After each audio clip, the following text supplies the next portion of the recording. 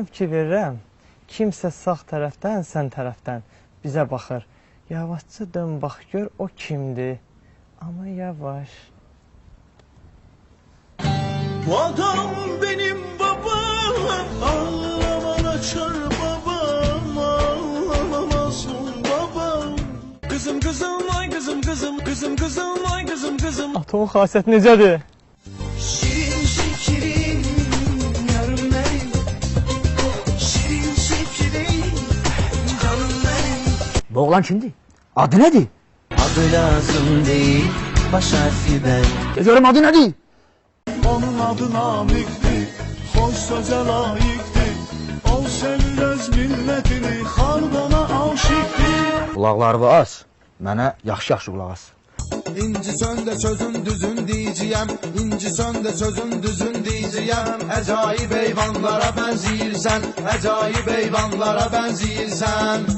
De görüm qızımla harda tanış olmusan? Her gün aradım durdum. Facebook, bu kızı oradan buldum. Ne yazdın ona? Dur gitme ay kız adın nedir, telefonun neçədir? Belki ceyrandır adın, ceyrana benzer gelişin. Sen ne yazdın buna? Tasavvuf işletsem vücudumda, doya doya bitmez tadımda. Kendime arkadaş arıyorum, aradığım bana uyacak, dediğimi yapacak. Haram olsun, haram olsun. Sana ettiklerim haram olsun.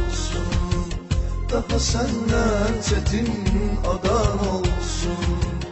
Haram olsun, haram olsun.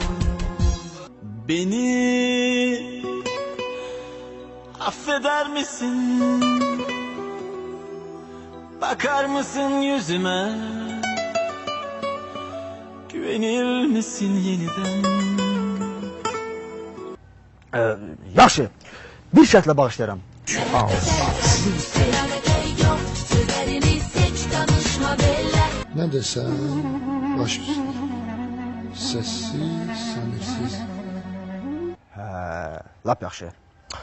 De görüm hardasa işləyirsən?